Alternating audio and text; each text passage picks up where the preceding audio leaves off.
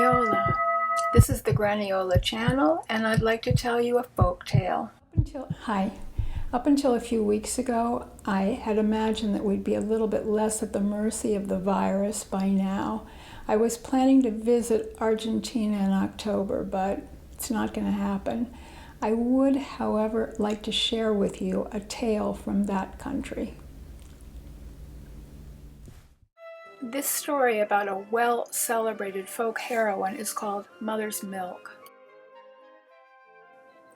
During the first half of the 19th century, a young man named Clemente Bustos and his wife had born to them a beautiful baby.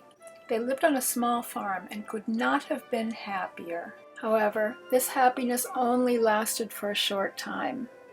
When their small, beautiful boy was only a few weeks old, soldiers came to their door and demanded that Clemente Bustos join their regiment. The young couple begged to be left in peace and swore that they had no affiliation to either side of the conflict. The military men were unsympathetic and dragged the young man away from his family. 3 days later, the distraught wife, whose name was Deolinda Correa, learned from a neighbor that her husband, who was frail and small, had not been able to keep pace with his unit, and they had abandoned him. Frantic, she gathered up a little bit of food, some water, and her small child, and started walking out in hopes of finding her husband. Only a few days passed before she ran out of both food and water, and shortly after, exhausted, she fell to the ground. With her last breath, she offered up a prayer, begging that her breast remain filled with milk to nourish the little person she was holding. In that very isolated countryside, it took several days for anyone to find her. A small group of gauchos, or Argentine cowboys, discovered her on the dry, barren ground. They guessed that she had been dead for several days, but her tiny son was alive and well. The gauchos buried her on the hilltop and took the baby to a family to be cared for.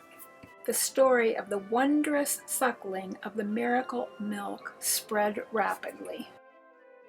People began to call Deolinda the Difunta Correa, or the deceased Correa. The story of her miracle spread throughout the countryside. Her tale's told and retold, and even though the church in this basically Catholic country doesn't recognize her, the people see her as a pagan saint. She has become a role model for motherly protection and devotion. This is a tale that is told in Argentina, and if you travel throughout the central or northern part of that country, you'll often see small shrines with notes tacked on their sides or miniature houses covered with old license plates near big piles of plastic water bottles. These are left by traveling people and mothers who've asked Difunta Correa for help.